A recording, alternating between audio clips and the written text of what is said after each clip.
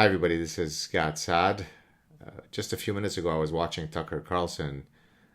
He was having a conversation with Glenn Greenwald, and in it, Tucker asked Glenn his thoughts about why progressives have such a hysterical focus on Russia as the grand boogeyman.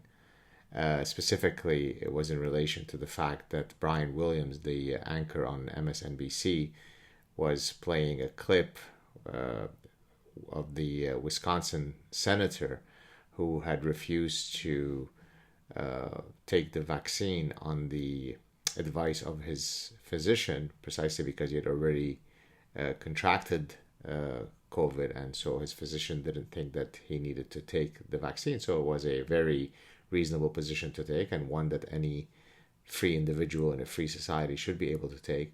And the conclusion from Brian Williams is that there's murmurs that he's a Russian asset. So it is now the case that people openly state that anyone, a sitting senator in the United States, who chooses for very reasonable medical reasons on the advice of his physician to not get the COVID vaccine, there is no other explanation of it than he must be a Russian asset.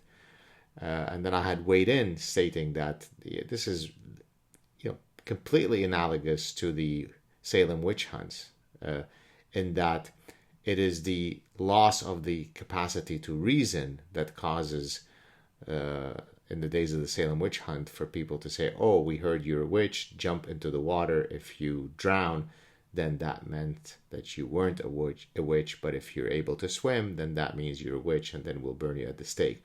So the same thing is happening with Russia. So I just posted a set of tweets where I offered my own explanation to Tucker's question regarding why there is this delusional focus on Russia as the grand boogeyman. So here we go. I'll read it for you. Dear Tucker Carlson, in your chat today with Glenn Greenwald, you asked him the reason for the delusional focus on Russia as the grand boogeyman. Here is my answer.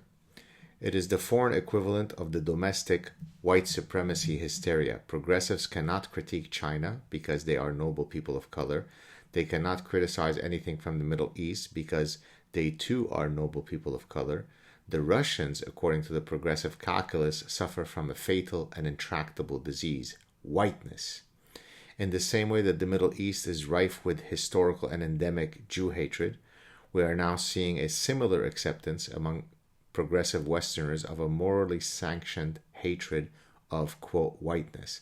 This grants them permission to place all of the global blame on the evil white Russians. Any sane and intellectually honest person sees the lunacy of this collective delusion, but when one is parasitized by a cocktail of idea pathogens, reason is one of the first casualties. Cheers. There you have it, folks. Have a good evening. Hopefully you will not be parasitized by any of the idea pathogens that are truly proliferating at an astonishing pace across every nook and cranny of Western society. Take care, everybody. Cheers.